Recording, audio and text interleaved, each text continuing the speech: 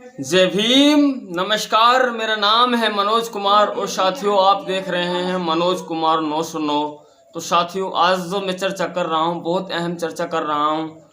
ये वीडियो आपको ज़रूर सुनना चाहिए, स्किप नहीं करना चाहिए, क्योंकि ये बहुजनों की शान का मसला है।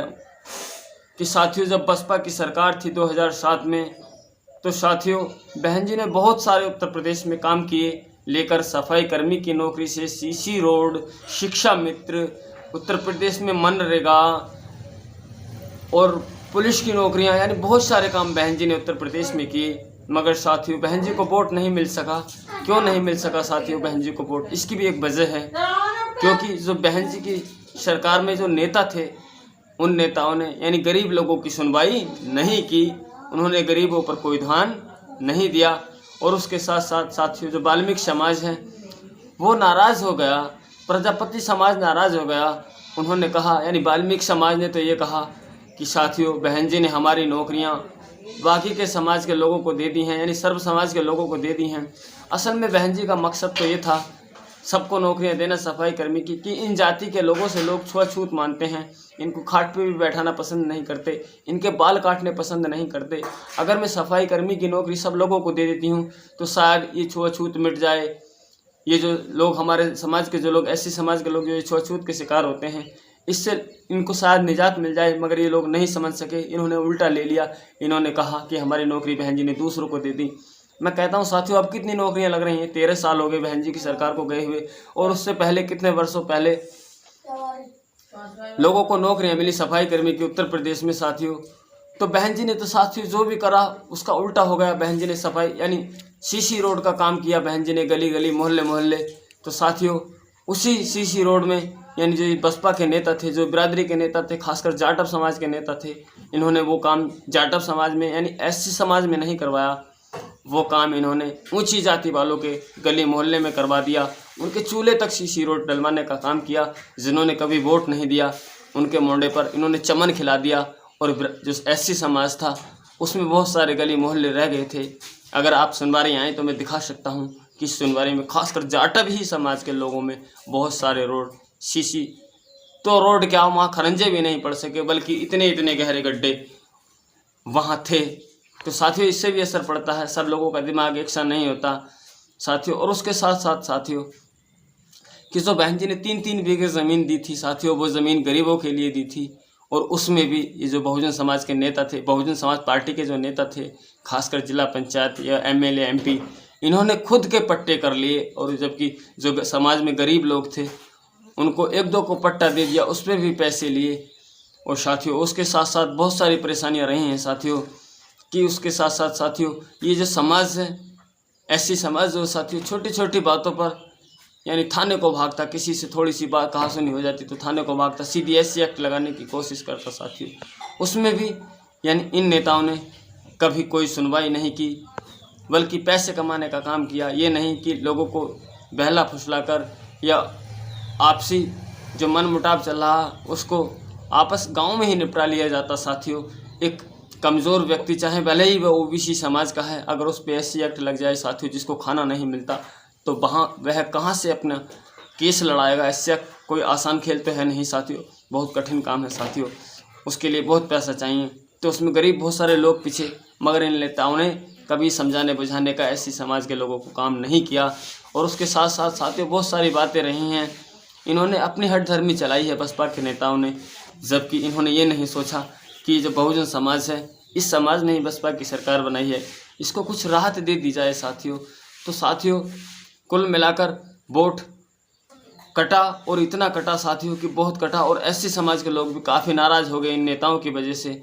उन्होंने यानी 22 में 22 में हमारा 19 में चुनाव हुआ था लोकसभा का साथियों, तो इन्होंने सोचा उधर मुस्लिमों का थोड़ा गर्दा ज़्यादा चल रहा था, मुस्लिम गर्दी ज़्यादा चल रही थी उत्तर प्रदेश में सपा की सरकार में साथियों। तो लोगों ने सोचा हिंदू समाज की ऐसा हो जाए कि सरकार भले ही किसी की भी बन जाए मगर ये सपा सरकार चली जाए, तो इसलिए बीजेपी को वोट कर दिया एससी समाज के लोगों ने भी। ये भी तो मुस्लिम समाज के लोगों का तंज झेल रहे थे। और साथियों तो लोगों ने बीजेपी को वोट कर दिया।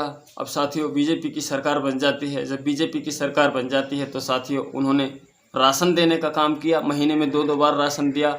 तो ये गरीब समाज जो था, हिंदू समाज, वो बीजेपी के साथ जुड़ा रहा। उसका महंगाई पर ध्यान नहीं गया, उसका रोज़गार पर ध्यान नहीं गया, क्योंकि उसका ध्यान केवल राशन पर रहा और वह राशन पर डटा रहा। और उसके साथ साथ साथियों, अब जो चुनाव हुआ है 2024 का, तो अब लोगों ने सोचा कि, लोगों ने क्या सोचा, एससी समाज के लोगों ने ही सोचा साथियों।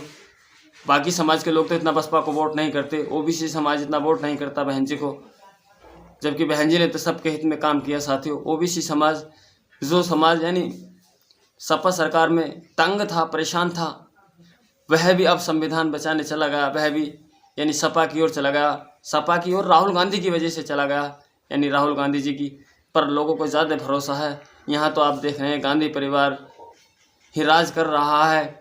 ये लोग जानते हैं लोगों को बहकाना, ये लोग जानते हैं राजनीति करना। हमारे लोग राजनीति करना नहीं जानते, क्योंकि हमारे लोग गांव बस्ती में आते ही नहीं है। 2024 में कोई हमारे यहाँ वोट मांगने नहीं आया, 22 में कोई वोट मांगने नहीं आया। तो लोगों ने सोचा कि हमारे पास तो कोई वोट मांगने नहीं आ रहा है, कहीं ऐसा तो नहीं बहन जी चुनाव नहीं लड़ना चाहती। अगर वो चुनाव ढंग से लड़ना चाहती तो गांव-गांव नेता आते या कोई भी आता, लोगों को समझाने का काम करता, लोगों को बुझाने का काम करता, लोगों को बहन जी की कामकाज गिनाने का काम करता। साथियों, कोई भी यहाँ वोट मांगने नहीं आया।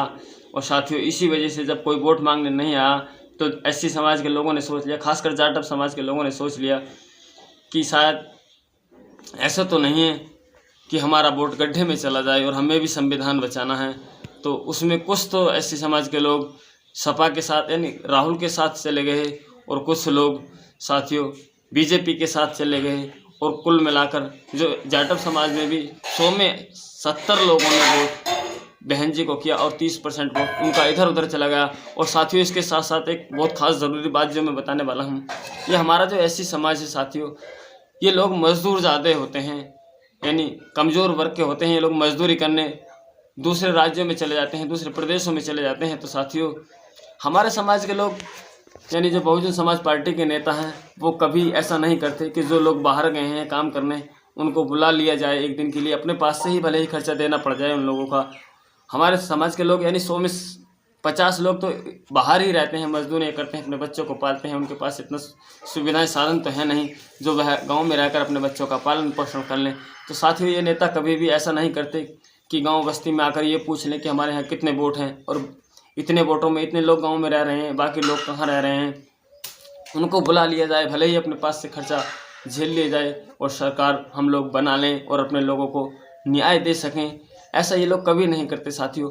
इन्होंने तो हमारे गांव में, खुद अपनी गांव की बात बता रहा हूँ साथियों, इन लोगों ने यानी किसी के पास भी जाकर, जाटव वोट तो बहन जी को करता ही है, यानी वाल्मीकों में जाकर, प्रजापति समाज में जाकर, पाल समाज में जाकर, ये धीमर, कश्यप, सैनी, मल्ला, कुशवाहा, साक्य, यानी किसी के यहाँ जाकर इन्होंने वोट मांगने का काम नहीं किया।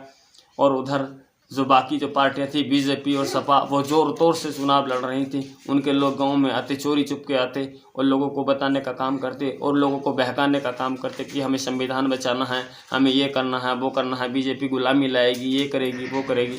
तो लोगों ने सोचा कि साथियों, जब बीएसपी की तरफ से कोई वोट मांगने नहीं आ रहा है तो हम लोग सपा को यानी कांग्रेस को ही वोट कर देते हैं। अभी भी वोट लोगों ने अखिलेश यादव को नहीं किया है, हिंदू समाज के लोगों ने, उन्होंने वोट राहुल को किया है। और मुस्लिमों का वोट तो राहुल को और अखिलेश को दोनों को जाता है, तो वह तो टूट पड़े।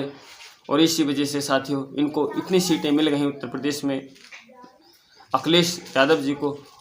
मगर हम साथियों, हम लोगों को सीटें क्यों नहीं मिली? इसीलिए नहीं मिली क्योंकि हमारे किसी नेता ने कहीं वोट मांगने का काम नहीं किया।